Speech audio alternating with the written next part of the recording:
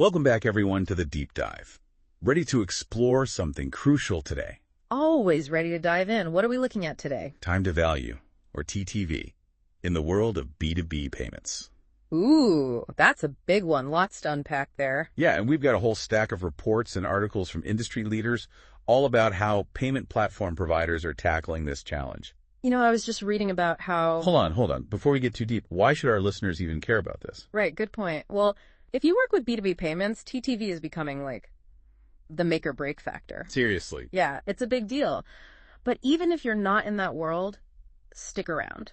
Because what we're talking about applies to anyone who, wants to make their customers happier and who doesn't want that. Exactly. Happy customers, happy business.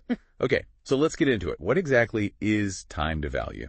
All right, so basically it's the time it takes for a customer to actually start seeing the benefits, the value they were promised. So not just signing up or buying the product, but actually getting results from it. Precisely. It's all about the customer's perception. When do they feel like they're getting what they paid for? Okay, I see. And why is this so important in B2B payments specifically?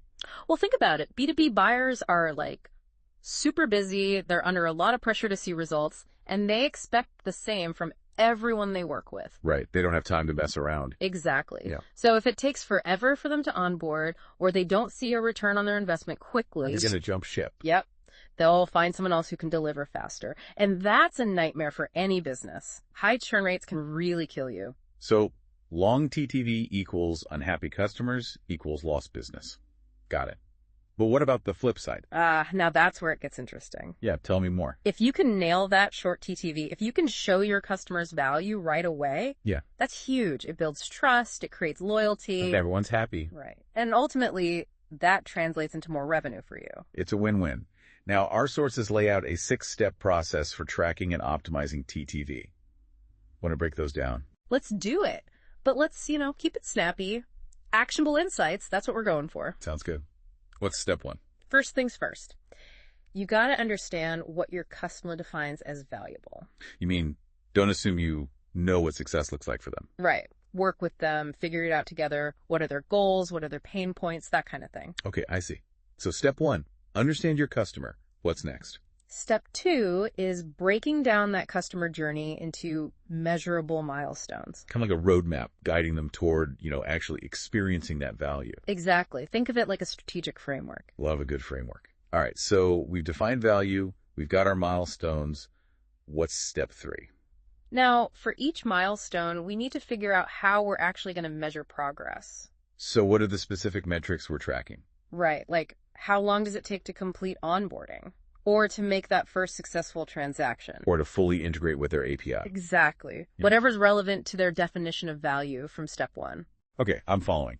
So define value, set milestones, identify metrics. Sounds pretty manual so far. What's step 4? This is where it gets fun. Time to bring in the tech. Love it. Think CRM software, product analytics platforms, all those fancy tools. Right. We're in 2024. Automate it. Exactly. We want a full picture of the customer journey, but nobody has time for manual data crunching these days. Makes sense. But data's only useful if you actually do something with it, right? Which brings us to step 5. All right, detective time. We got to analyze all that data, look for patterns. And bottlenecks. Exactly. Why are customers getting stuck at certain points? Are they bailing on onboarding, taking too long to make that first payment? We got to figure out where the friction is. Ooh, I like it. A little B2B detective work. And once we find those friction points, then we brainstorm solutions. And remember, this is not a one and done thing. It's about constantly iterating. Testing, refining, improving. You got it. Benchmarking your TTV, seeing how you stack up against the industry, and then making those tweaks to make the experience better for your customers. Okay, so now we've got a good grasp of what TTV is and how to track it. But what about actually shortening it? That's where the real magic happens. And our sources have some great ideas on that front. Let's hear them. Onboarding, that's got to be seamless, right? First impressions are everything. Oh, absolutely. I've abandoned so many sign-up processes because they were just too clunky. Right. And think about this. What if you could cut onboarding time in half just by integrating with popular accounting software? Wait, really? Cut it in half? I've seen it happen. No more manual data entry. Everything just flows smoothly. That's incredible. But onboarding is just the first step. Right, right. We also need to deliver those quick wins, those early moments of value that really hook the customer. Ooh, like what? Give me an example. Okay, imagine you're a cross-border payments provider. What if you could guarantee their first international transaction within 24 hours of setting up their account?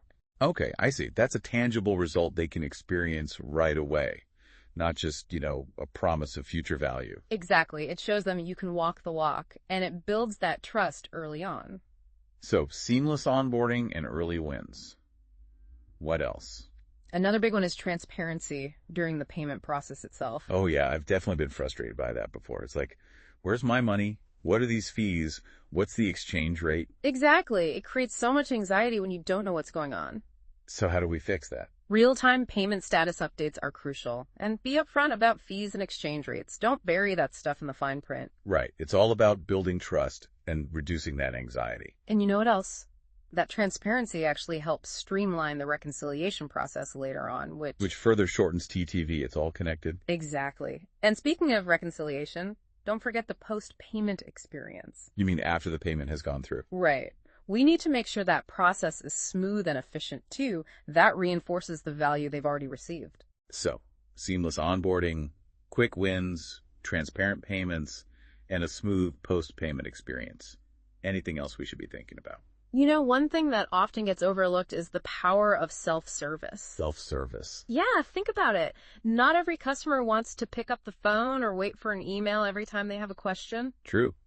I mean, I definitely prefer to figure things out on my own, if I can. Right. And especially if it's something simple, something they could easily find the answer to themselves, that's where a good self-service portal comes in. So like a knowledge base or something. Exactly. FAQs, how-to guides, maybe some video tutorials, anything that empowers the customer to find what they need, without having to jump through hoops. Video tutorials are so helpful, by the way. Sometimes seeing something in action is way easier than reading about it. Oh, absolutely. And don't forget about a good FAQ section. That can head off a lot of those common questions before they even become an issue. Saves everyone time and frustration. Exactly.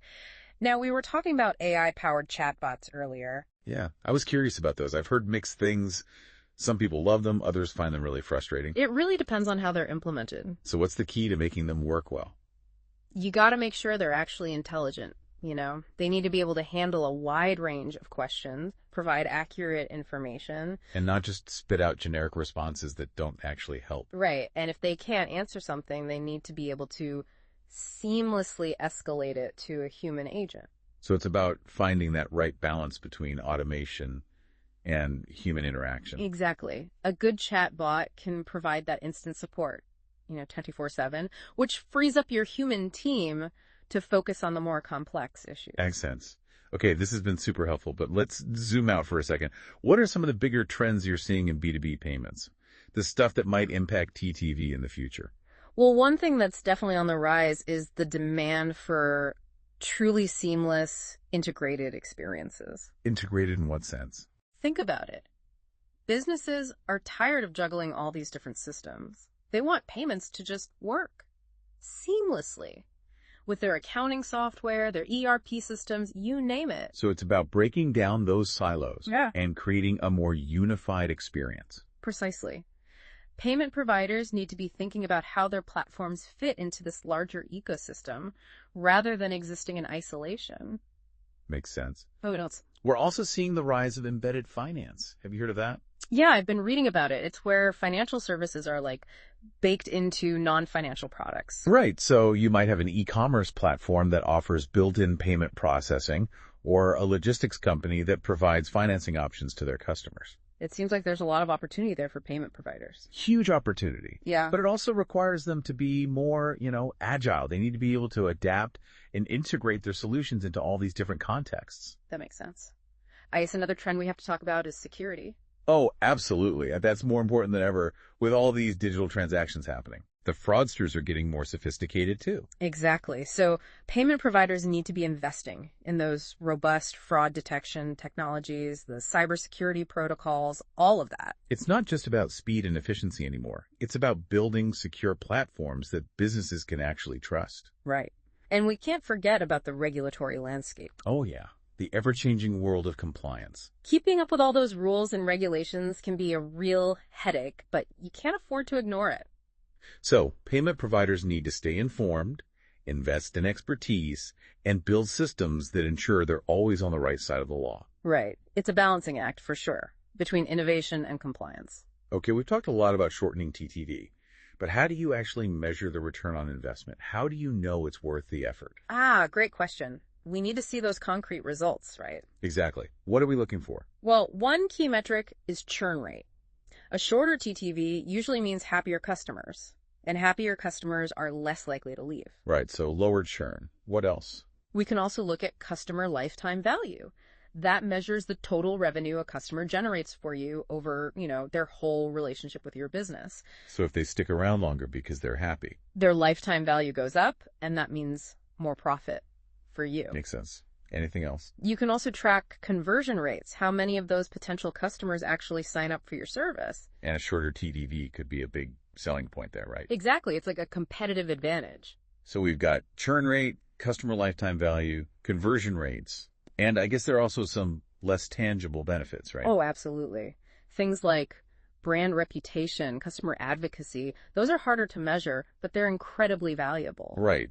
When you consistently deliver value and exceed expectations, people start talking. And that word-of-mouth marketing is priceless. All right, so we've covered a lot of ground today. We've talked about what time to value is, why it's so important, how to track it, how to shorten it, and even how to measure the ROI. We've gone deep. We have, but I think it's important to remember that TTV isn't just some metric to track.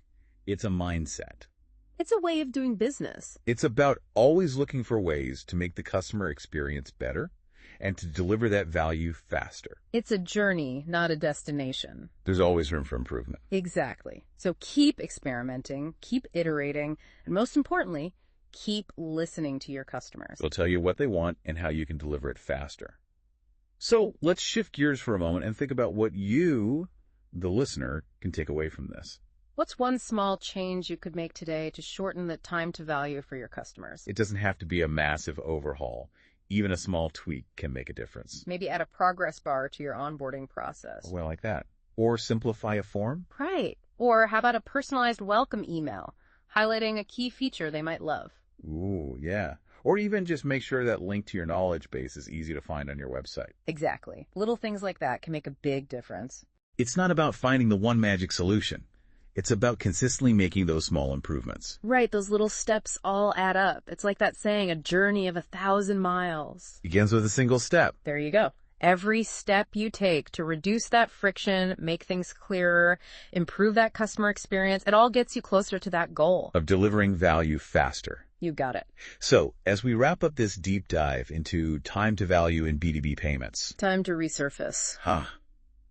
I think the main takeaway here is that TTV isn't just some metric to track. It's a fundamental shift in how we think about, everything. It's about building those solutions with the customer at the center, right from the start. Yeah. Every interaction should be geared towards maximizing their time, minimizing their effort. Making them feel valued. Exactly. Building that trust, creating those loyal customers. It's a win-win for everyone. We hope this deep dive is giving you a fresh perspective on time to value. Lots of practical strategies, some food for thought. And most importantly, we hope it's inspired you to take action. So think about it. What's one small change you can make today to shorten that time to value for your customers? That's the challenge we leave you with. Until next time. Keep diving deep.